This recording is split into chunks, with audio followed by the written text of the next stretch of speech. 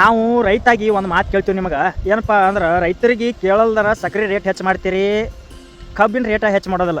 ರೈತರಿಗೆ ಕೇಳಲ್ದರ ಗೊಬ್ಬರ ರೇಟ ಹೆಚ್ಚು ಮಾಡ್ತೀರಿ, DAP 2,500 3,000 ಗಂಟಲೆ ಮಾಡ್ತೀರಿ. ಟನ್ ಹಿಂಬಾಲ ನಮಗೆ 4,000 ರೂಪಾಯಿ ಬೆಲೆ ಕೊಡ್ರಿ ತರತೆ, ಕಬ್ಬಿನ ರೇಟ್ ಹೆಚ್ಚು ಮಾಡೋದಿಲ್ಲ. ಮತ್ತು ಏನು ಹೇಳ್ತೀರಿ ಕೇಳಂತೆ, ಸಕ್ರೆ ಈಗ ಉತ್ಪಾದನೆ ಹೆಚ್ಚು ಮಾಡೋಲ್ಗ್ಯಾರು ಫ್ಯಾಕ್ಟ್ರಿನವರು ಎಲ್ಲ ಎತ್ನಲ್ ತಯಾರು ಮಾಡತ್ತಾರೋ, ಸ್ಪಿರಿಟ್ ತಯಾರು ಮಾಡತ್ತಾರ.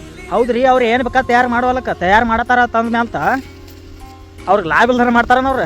ಲಾಭ ಐತಿ, ಅದ್ರಾಗ ಲಾಭ ಐತೆ ಅಂದ್ರೆ ಅದು ಮಾಡತ್ತಾರ ಅಂತ ನಮಗೂ ಲಾಭ ಕೊಡ್ಬೇಕಲ್ಲ. ಅವ್ರಷ್ಟು ಲಾಭ ತಿಂದ್ರೆ ಹೆಂಗಾಗೋದು?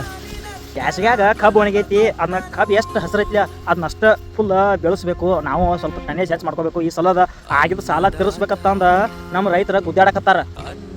ಎಷ್ಟು ಹೆಚ್ಚು ಮಾಡಿದ್ರು ನಿಮ್ಮ ಯೂರಿಯಾ ನಿಮ್ಮ DAP ತಂದು ಯಾಕತ್ತಿದೆವು, ಆದ್ರೂ ಇಲ್ಲಿ ಸಕ್ರೆ ನೀವು ರೇಟ್ ಹೆಚ್ಚು ಮಾಡ್ಕೊತಾನೆ ಹೊಂಟೀರಿ. ಮತ್ತು ನಿಮಗೆ ಎಷ್ಟು ಬೇಕಲ್ಲ ಲಾಭ ತೊಗೋಕತ್ತೀರಿ. ಫ್ಯಾಕ್ಟ್ರಿನವ್ರಾಗಲಿ ಸರ್ಕಾರ ಆಗಲಿ ಲಾಭ ಐತೆ, ನೀವು ಲಾಭದಾಗ ಅದ ರೀ. ನಾವು ರೈತರ ಲುಕ್ಸಾನ್ದಾಗದೀವಿ ಇಲ್ಲಿ.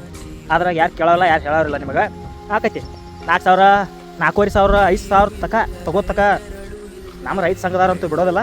ನಮಗೆ ಗೊತ್ತೈತಿ, ಅದು ನಮಗೆ ಭರವಸೆ ಅಂತೂ ಫುಲ್ ಐತಿ. ಹಾಂ, ಅನ್ನದಾತ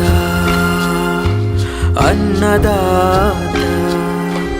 ನಮಗೆ ನೀವೇ ದೇವದೂತ.